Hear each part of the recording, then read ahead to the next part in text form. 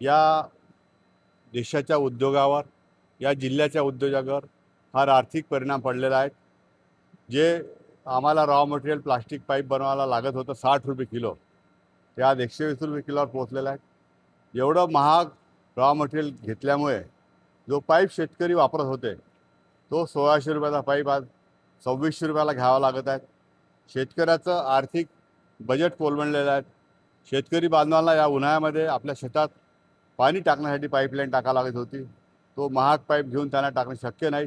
परिणामी त्यांच्या पिकाचं फार नुकसान होईल।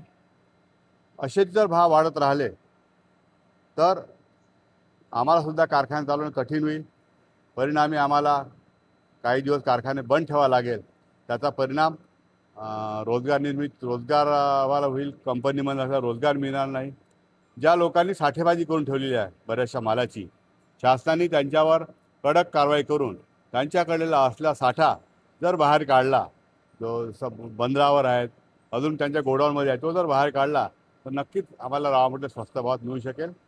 पण जर युद्ध लवकर थांबलं नाही तर फार मोठ्या उद्योग संकटात सापडचं राहणार। हे जे पाईप आपण बांधकामासाठी वापरतो, बोरवेलसाठी वापरतो, बऱ्याच ठिकाणाचा उपयोग होते।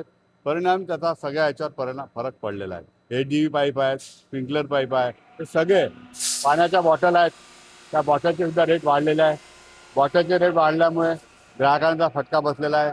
पाण्याच्या बॉटलचे 30 ते 40 रुपये बॉक्स पर रेट वाढलेले आहेत। हा सगळा जर युद्ध थांबलं नाही, कोरोना हा वेळ जो रेट झाला होता, कोरोना संकटाच्या वेळेस तो रेट सध्या झालेला आहे।